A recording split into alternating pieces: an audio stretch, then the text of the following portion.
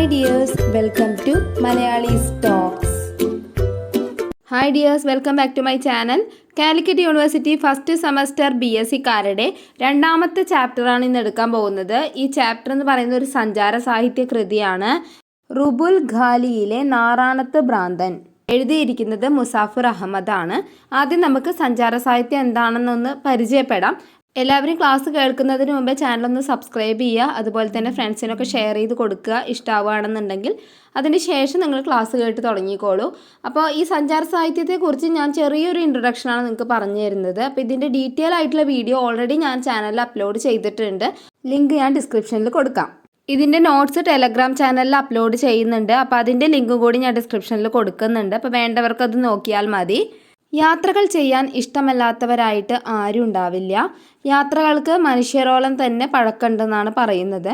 സഞ്ചാരികളായിട്ടുള്ള മനുഷ്യർ ദേശാന്തരങ്ങളിലേക്കുള്ള തങ്ങളുടെ യാത്രാനുഭവങ്ങൾ രേഖപ്പെടുത്തുമ്പോഴാണ് അവിടെ സഞ്ചാര സാഹിത്യം ആരംഭിക്കുന്നത്.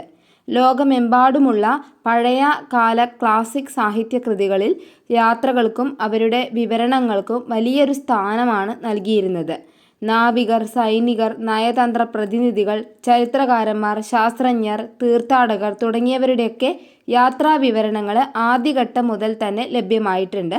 ഒരു സാഹിത്യ ജനുസ് എന്ന നിലയിൽ സഞ്ചാര സാഹിത്യം അടയാളപ്പെടുത്തുന്നത് ആധുനികതയുടെ ഘട്ടത്തിലാണെന്നാണ് പറയുന്നത്. അത്തരത്തിൽ മലയാള സാഹിത്യത്തിലെ പ്രശസ്ത സഞ്ചാര സാഹിത്യകാരനായ മുസഫർ അഹമ്മദ് 13 വർഷത്തോളം സൗദി അറേബ്യയിൽ ജീവിച്ചിട്ട് അക്കാലത്ത് മരുഭൂമിയിൽ നടത്തിയ യാത്രകൾ രേഖപ്പെടുത്തിയിട്ടുള്ള ഒരു സഞ്ചാര സാഹിത്യ കൃതി രചിച്ചിട്ടുണ്ടായിരുന്നു. ആ കൃതിയുടെ പേര് മരുമരങ്ങൾ എന്നതാണ്. ഈ കൃതിയിലെ ഒരു അധ്യായമാണ് റുബുൽ ഖാലിയിലെ നാറാണത്ത് ഭ്രാന്തൻ എന്ന നിങ്ങൾക്ക് പഠിക്കാനുള്ള ഈ ഒരു ചാപ്റ്റർ എന്ന് പറയുന്നത്. ഈ ചാപ്റ്റർ എന്ന് പറയുന്നത് 3 ഭാഗങ്ങളായിട്ടാണ് കൊടുത്തിരിക്കുന്നത്. അതിൽ ഒന്നാമത്തെ ഭാഗത്ത് പറഞ്ഞിരിക്കുന്നത് റുബുൽ ഖാലി എന്ന മരുഭൂപ്രദേശത്തിലൂടെ അദ്ദേഹം നടത്തിയിട്ടുള്ള യാത്രയുടെ അനുഭവമാണ് കൊടുത്തിരിക്കുന്നത് ആദ്യ ഭാഗത്ത്.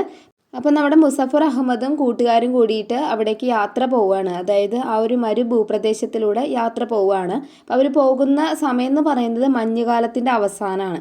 അപ്പോൾ അതുകൊണ്ടാണ് അവർ ആ ഒരു സമയം തിരഞ്ഞെടുത്തു എന്ന് വിചാരിച്ചിട്ട് അതിൻ്റെ ആ ഒരു തണുപ്പോ അല്ലെങ്കിൽ അതിൻ്റെ ആനുകൂല്യമൊന്നും അവർക്ക് ലഭിച്ചിട്ടില്ല.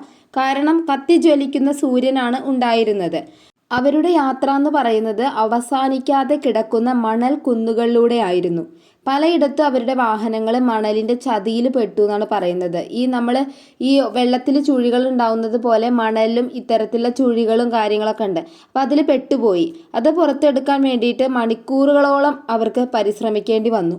എങ്ങനെയാണ് മണൽ കുഴികളിൽ നിന്ന് വാഹനം പുറത്തെടുക്കുക എന്ന് മുസഫർ അഹമ്മദ് അവിടെ വ്യക്തമായിട്ട് വിവരിക്കുന്നുണ്ട്. ഞാനിപ്പോൾ പറയുന്നത് അതിൻ്റെ സമ്മറിയാണ്. അപ്പോൾ അത് നിങ്ങൾ വായിച്ചു കഴിഞ്ഞാൽ മനസ്സിലാക്കാൻ പറ്റും.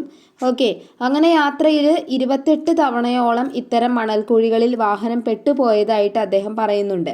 അത്തരം സന്ദർഭങ്ങൾ യാത്രികരെയൊക്കെ തളർത്തുന്നൊരവസ്ഥ വരെ എത്തിച്ചു. പെട്രോൾ ക്യാനുകളിലെ അളവ് കുറയുമ്പോൾ അവർ ഭയപ്പെട്ടു എന്ന് പറയുന്നുണ്ട്. കാരണം എന്താണ്, അവിടെ പെട്രോൾ നിറയ്ക്കാൻ മാത്രമുള്ള സൗകര്യമൊന്നുമില്ല. അവരത് കൊണ്ടുപോവുക ചെയ്യുന്നത്. അപ്പോൾ അത് കുറഞ്ഞു കഴിഞ്ഞാൽ അവരതിൽ പെട്ടുപോകും, ആ ഒരു മരുഭൂമിയിൽ പെട്ടുപോകും. അതാണ് പറയുന്നത്. മരുഭൂമിയിലെ പലതരത്തിലുള്ള മണലുകളെക്കുറിച്ച് മുസഫർ അഹമ്മദ് വിവരിക്കുന്നുണ്ട്. വെളുത്ത മണലുള്ള പ്രദേശങ്ങളിലാണ് വണ്ടികൾ കൂടുതൽ പൂണ്ടുപോയത് എന്ന് പറയുന്നു. ചൊരിമണൽ എന്നാണ് അത്തരം മണലിനെ സഞ്ചാരികളൊക്കെ വിശേഷിപ്പിക്കുന്നത്. അതിൽ വാഹനം ഇറക്കിയാലും ആളിറങ്ങിയാലും കുടുങ്ങിപ്പോകും. ഒട്ടകങ്ങൾ പോലും വിഷമിക്കുന്ന ഒരു സ്ഥലമാണ് ആ ഒരു മണലുള്ള സ്ഥലം എന്ന് പറയുന്നത്. അപ്പം അത്തരത്തിൽ കുടുങ്ങിയ സന്ദർഭങ്ങളെ ജീവിതയാത്രയുമായാണ് എഴുത്തുകാരൻ ബന്ധിപ്പിക്കുന്നത്.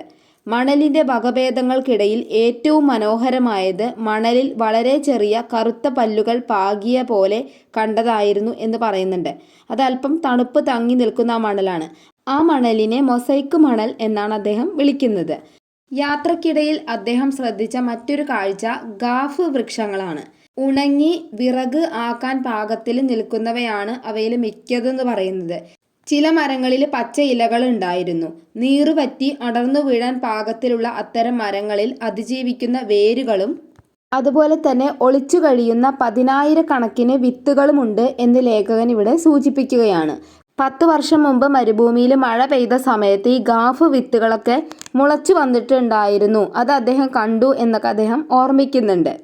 അവിടുത്തെ മറ്റൊരു കാഴ്ച എന്ന് പറയുന്നത് പറവകൾ നിർമ്മിച്ച കൂടുകളാണ്. മണൽക്കുന്നുകൾ മേലാണ് അവ സ്ഥിതി ചെയ്യുന്നത്. 2 തരത്തിലുള്ള കിളിവീടുകളാണ് അദ്ദേഹം അവിടെ കണ്ടത്. ഒന്ന് കിടക്ക വിരിച്ചതുപോലുള്ള ഒരു വീട്.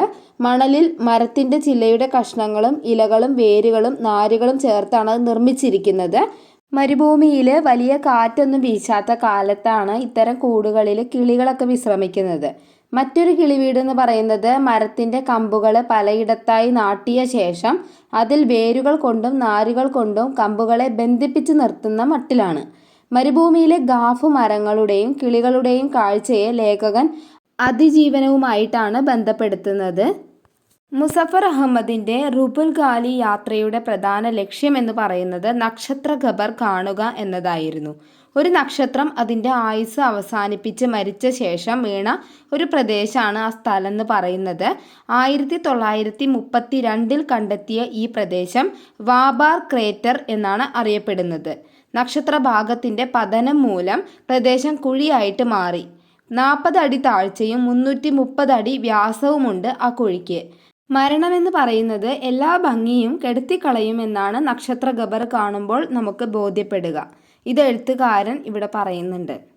ഇതോടുകൂടി 1-ാമത്തെ ഭാഗം അവസാനിച്ചു. 2-ാമത്തെ ഭാഗം എന്ന് പറയുന്നത് ഒട്ടകപ്പൂഞ്ഞകളിൽ മണൽക്കാറ്റിൽ ചെന്നിറങ്ങി എന്ന് പറയുന്ന ഒരു ഭാഗമാണ്. എൻ്റെ ഹെഡിങ് ആണ് കേട്ടോ ഇപ്പോൾ ഞാൻ വായിച്ചത്. സൗദി അറേബ്യയുടെയും കുവൈത്തിൻ്റെയും അതിർത്തിയിൽ ഉമ്മുറു ഖൈബയിൽ വർഷത്തിൽ നടക്കുന്ന ഒട്ടകമേള കാണാൻ പോയതിൻ്റെ അനുഭവങ്ങളാണ് ഈ ഒരു ഭാഗത്തിൽ വിവരിക്കുന്നത്.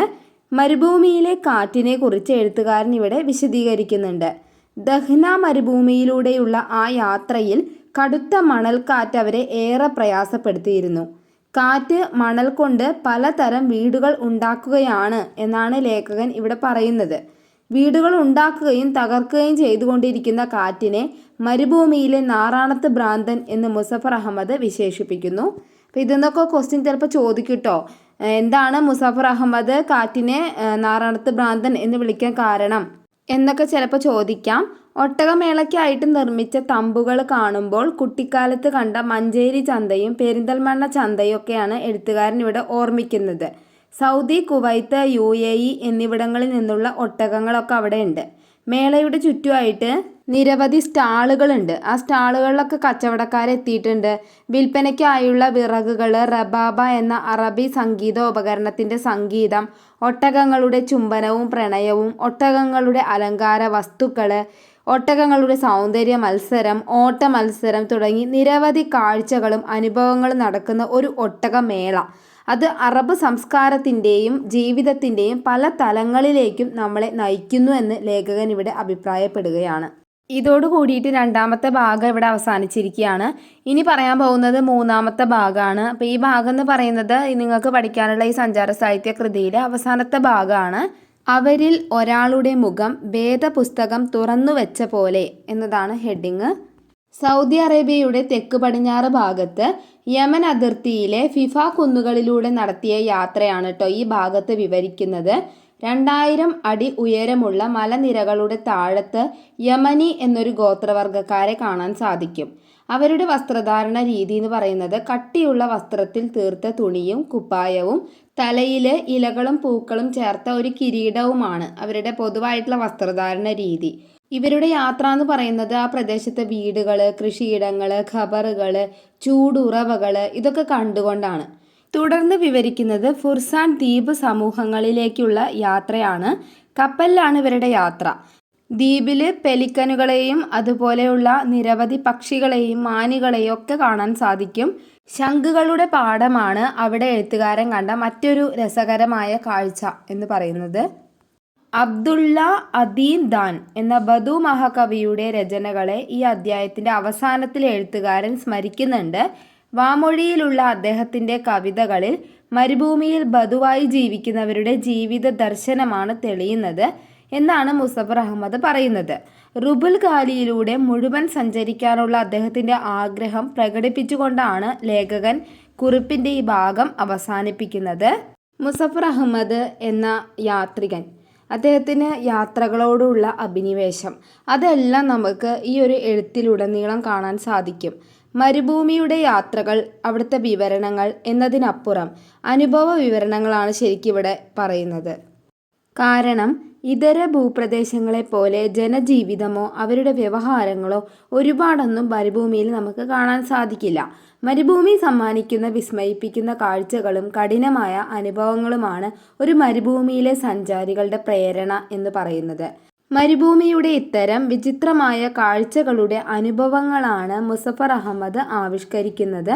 പലപ്പോഴും യാത്രയിലെ അനുഭവങ്ങൾ അദ്ദേഹത്തെ ഒരു തത്വജ്ഞാനിയും ദാർശനികനുമാക്കി തീർക്കുമെന്നാണ് വായനക്കാർ പറയുന്നത്. ഇതോടുകൂടി ഇന്നത്തെ ക്ലാസ് ഇവിടെ അവസാനിച്ചിരിക്കുകയാണ്. എന്തെങ്കിലും സംശയം ഉണ്ടെങ്കിൽ കമൻറ്റിലൂടെ ചോദിച്ചാൽ മതി. എല്ലാവരും ചാനൽ സപ്പോർട്ട് ചെയ്യുക, സബ്സ്ക്രൈബ് ചെയ്യുക, ഫ്രണ്ട്സിന് ഷെയർ ചെയ്ത് കൊടുക്കുക. Thank you for watching.